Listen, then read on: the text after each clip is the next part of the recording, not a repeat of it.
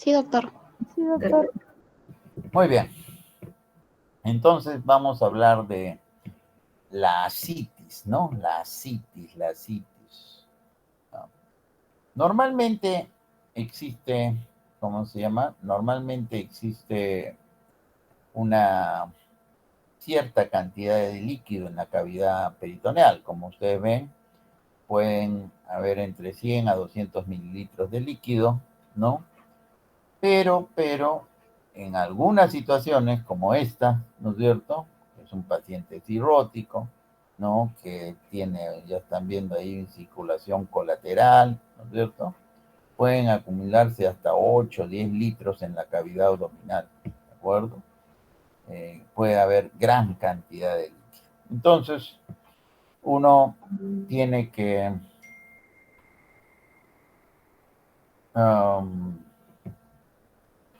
el doctor Díaz me dice, las preguntas deben tener 4 opciones, dice, yo le he mandado con 5. Bueno, ya.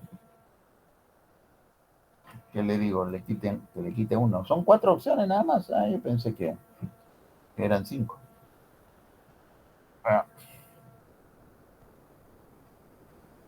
Un ratito que le voy a contestar al doctor Díaz. Son las preguntas del examen que he mandado.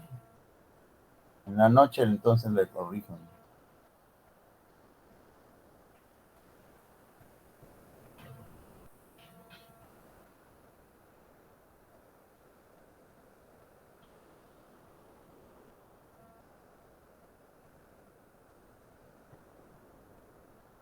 Ya.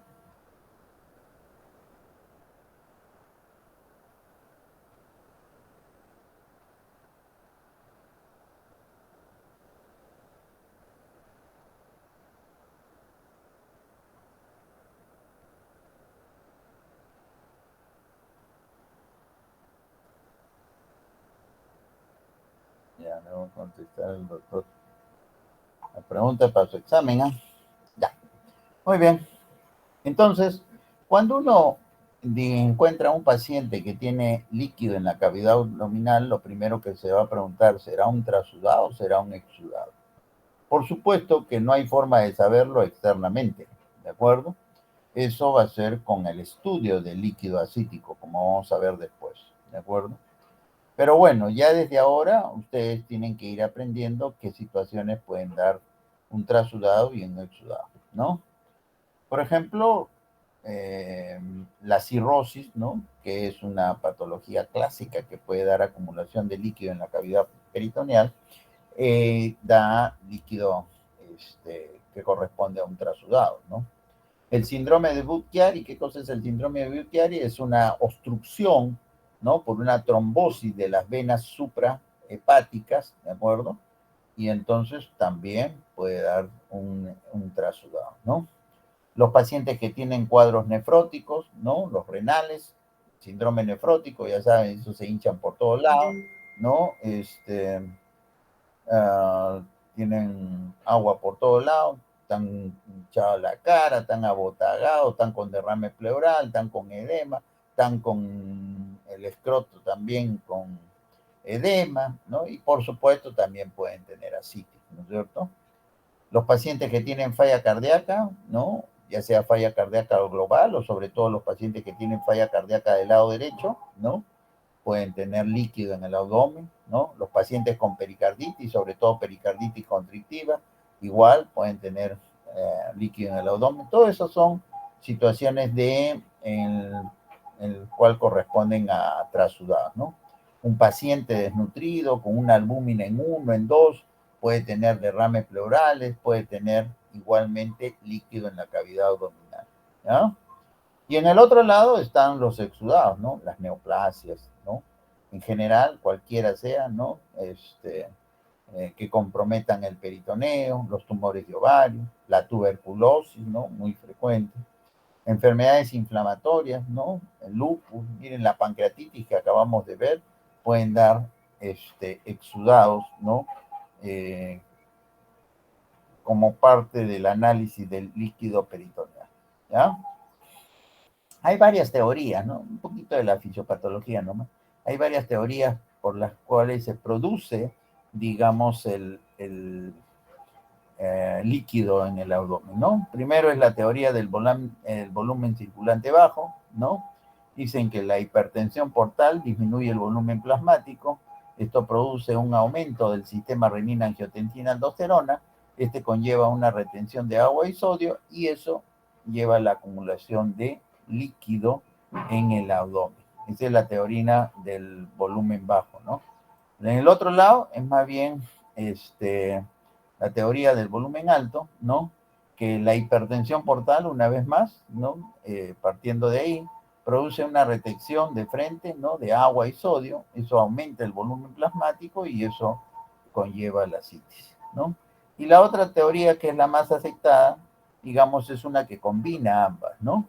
La hipertensión portal produce vasodilatación esplánica, produce disminución del volumen plasmático, esto activa, ¿no? Parece la teoría del volumen bajo, ¿no? Activa el sistema renina, angiotensina y aldosterona y otros más. Esto hace que disminuya la filtración glomerular, aumenta la reabsorción de sodio, la reabsorción de sodio aumenta el volumen plasmático. Primero hay digamos, el organismo trata de compensar, ¿no? A través del factor natriurético, ¿no? Pero en algún momento se produce un desbalance de sodio, eso lleva a un aumento del volumen y finalmente puede llevar a la citis, ¿no? Entonces, este es digamos, una explicación de un mecanismo por el cual se produce la acumulación de líquido en, la cavidad abdominal, ¿no? Muy importante dentro de la fisiopatología, ¿no? El óxido nítrico, ¿no? Que ocasiona la vasodilatación periférica, la vasodilatación esplánica, como punto de partida, a veces, de la formación de ascitis.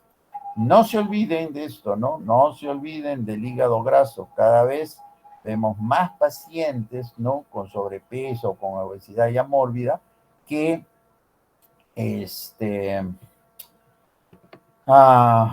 que pueden llevar finalmente a una cirrosis, ¿no es cierto? A una cirrosis y por supuesto pues con las implicancias de ello y por supuesto con ascitis, ¿no? Muy bien, entonces igual, ¿no? Depende de la edad, ¿no? Depende del sexo, depende de la procedencia, algunos factores propios de digamos, de la afiliación que a uno les puede hacer pensar por qué tiene agua en el abdomen, ¿no? Si estamos frente a un niño que está desnutrido, ¿no es cierto? El clásico niño, el guachorco, ¿no es cierto? ¿No? Más que el marasmático, ¿no? El guachorco, panzoncito, ¿no? Esos niños, donde hay una hipoproteinemia, ¿no? Marcada, ¿no? Pueden tener ascitis, pues, ¿no? Entonces ya hay que ver al niño, pues, ¿no? Habrá que ver por qué tiene, o sea, el guachorco, ¿no? Entonces, ¿por qué razón tiene la albúmina tan baja, ¿no? Los pacientes que tienen síndrome nefrótico, bueno, ¿no? Hay la glomerulopatía de cambios mínimos que se ve en la niñez, ¿no es cierto?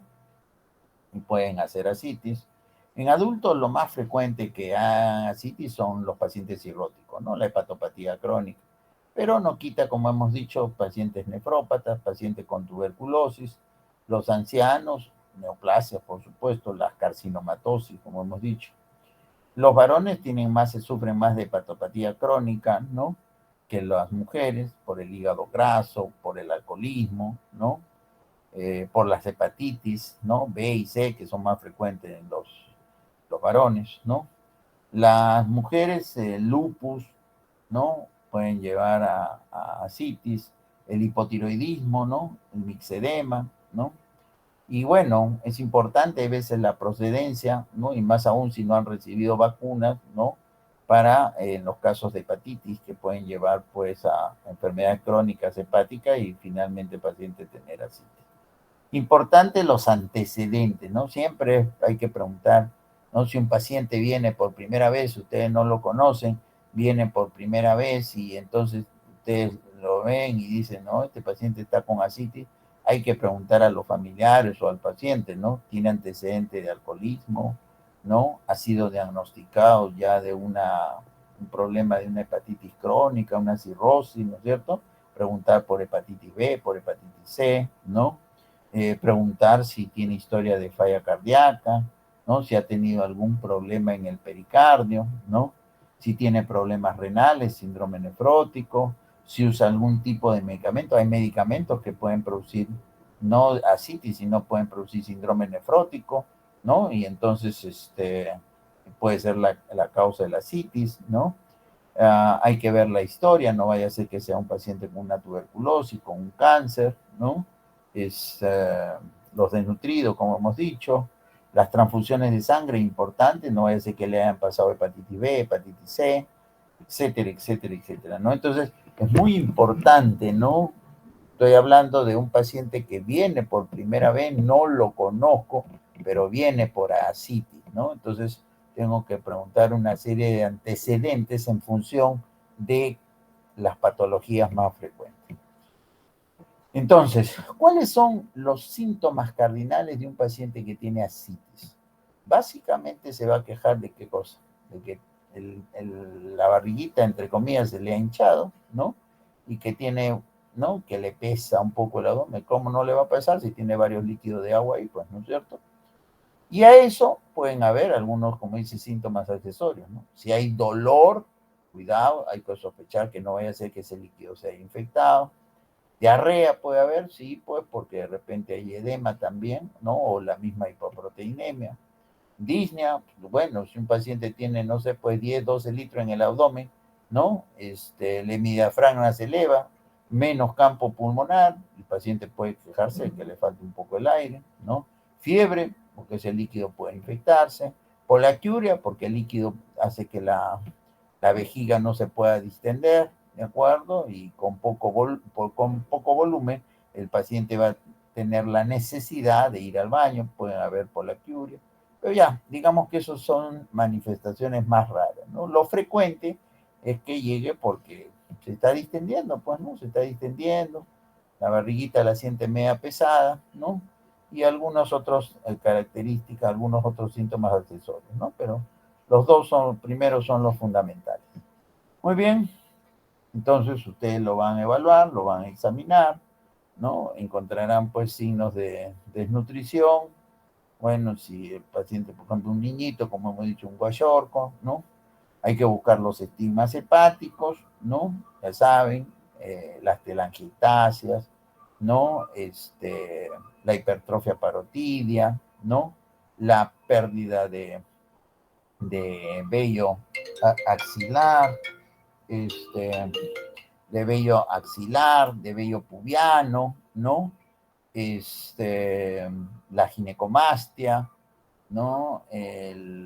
Las palmas hepáticas, ¿no? La circulación colateral, ¿no? Lo que ustedes de repente han aprendido, ¿no? En relación a los estigmas hepáticos, ¿no? Edema, si es generalizado, entonces ya no solamente problemas del abdomen, ¿no? De repente un síndrome nefrótico. Y bueno, en el examen del abdomen específico, la distensión abdominal, los flancos, ¿no? Los flancos abombados, ¿no? Ya saben que el líquido se va hacia los flancos y hacia la parte inferior, ¿no? Cuando es un proceso crónico, la protrusión de la cicatriz umbilical, ¿no? ¿Cómo diferencia a un paciente con una obstrucción intestinal de un paciente que tiene líquido en forma crónica? La protrusión del abdomen, ¿no? Los pacientes que tienen obstrucción intestinal, ¿no? Que es un proceso agudo, el ombligo no se protruye, ¿no? En cambio, en los pacientes que tienen ascitis crónica, ¿no? Y más si en algún momento ha estado a tensión, el ombligo puede protruirse, ¿no? Circulación colateral, etcétera, etcétera, etcétera, ¿no? Ustedes pueden tener ese tipo, ¿no? Ahí está la circulación tipo porta y la circulación en cabeza de medusa, ¿no? Que son de hipertensión arterial, portal, ¿no es cierto? La ocultación, generalmente los ruidos están disminuidos, ¿no? ¿Por qué? Porque hay líquido. La percusión, la concavidad de matidez superior, ¿no es cierto? Ya saben, esto, en la B es líquido, ¿no es cierto? El líquido, como le digo, se va hacia los flancos y hacia abajo. Esto es una vejiga, por ejemplo, es diferente, ¿no? A la hora que percuten, ¿no? Cuando un paciente tiene un globo vesical, no, la percusión, el mate, no va a estar en esta forma, ¿no? En el B, sino en forma como está acá en el A, ¿no? La matidez, ¿de acuerdo? Por si acaso. Es raro, pero el signo de la oleada, ¿sí?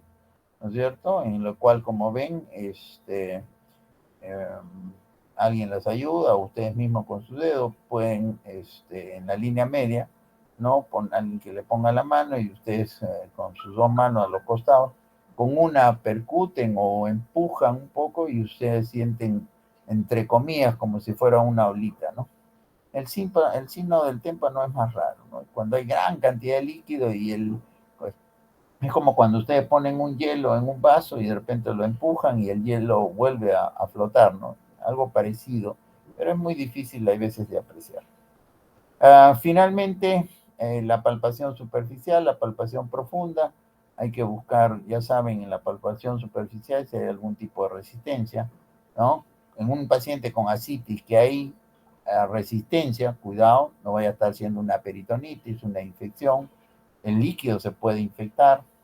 La palpación profunda de repente nos permite determinar si hay alguna masa intraabdominal, de repente en el ovario, como decía, signos de irritación peritoneal, el hígado y el vaso, ¿no? Si se pueden palpar, si es que no hay mucho líquido, ya saben, los pacientes, por ejemplo, que tienen cirrosis, tienen vaso grande, ¿no? Y el hígado puede ser chico, un hígado duro, ¿no?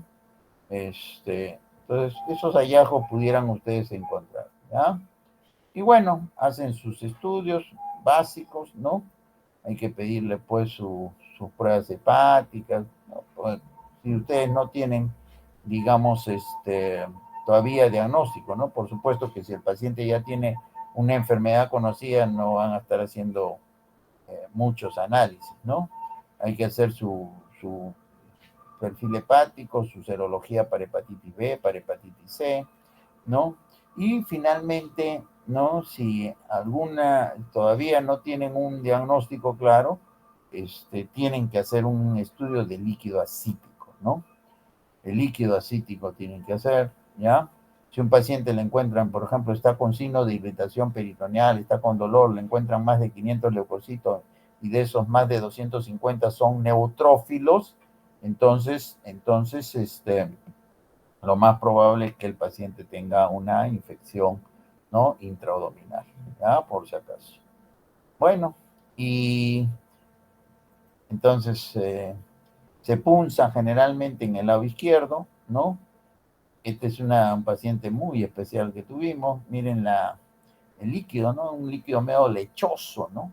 Algunos que no han tenido oportunidad de ver pensaban que eso era pus, ¿no? Ese era linfa, quilo, ¿no? Un paciente que había tenido un traumatismo abdominal y aparentemente con una lesión linfática y se estaba acumulando líquido, pero líquido de tipo linfático, ¿no? Linfa en el abdomen. Rarísimo, ¿no? Creo que es el único caso que he visto, ¿no?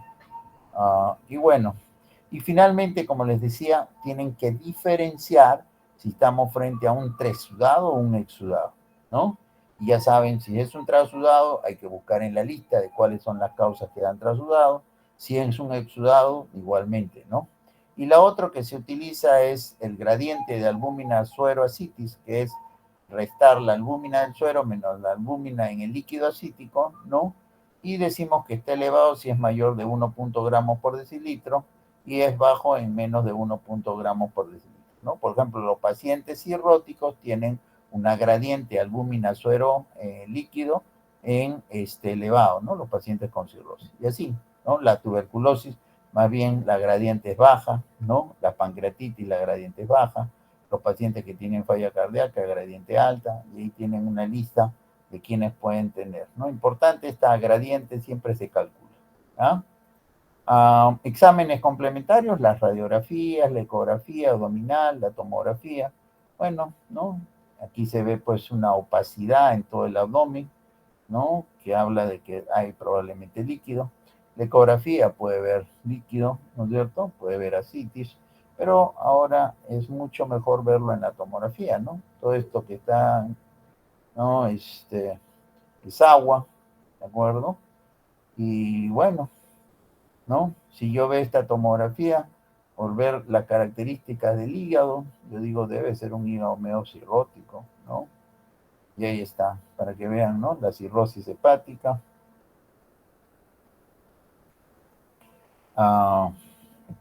Miren, los nódulos, ¿no? Un paciente que probablemente ha fallecido, ¿no? Estos son los pacientes que tienen una tuberculosis peritoneal, ¿no? Esas lesiones que ven allí corresponden a gránulos de mijo, ¿no? Si ustedes toman una biopsia, probablemente van a ver granulomas y de repente pueden encontrar hasta el BK positivo. No se olviden, los pacientes con falla cardíaca también pueden hacer ascitis. Y bueno, yo creo que eso es más o menos lo que les quería dejar en esta clase. No sé si tengan alguna pregunta o las preguntas ya serán mías para el examen. ¿Alguna duda, alguna pregunta? Hay 22 nada más conectados, todo el resto que están grabando. Muy bien. ¿Alguna pregunta?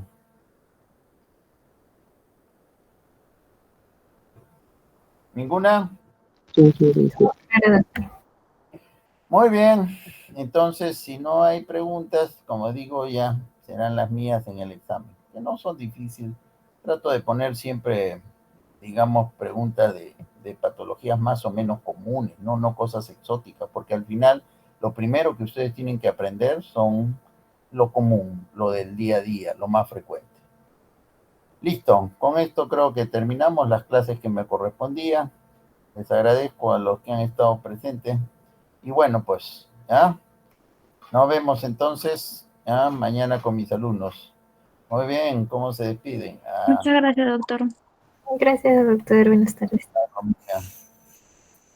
tardes. Buenas tardes con todos. Hasta luego, doctor.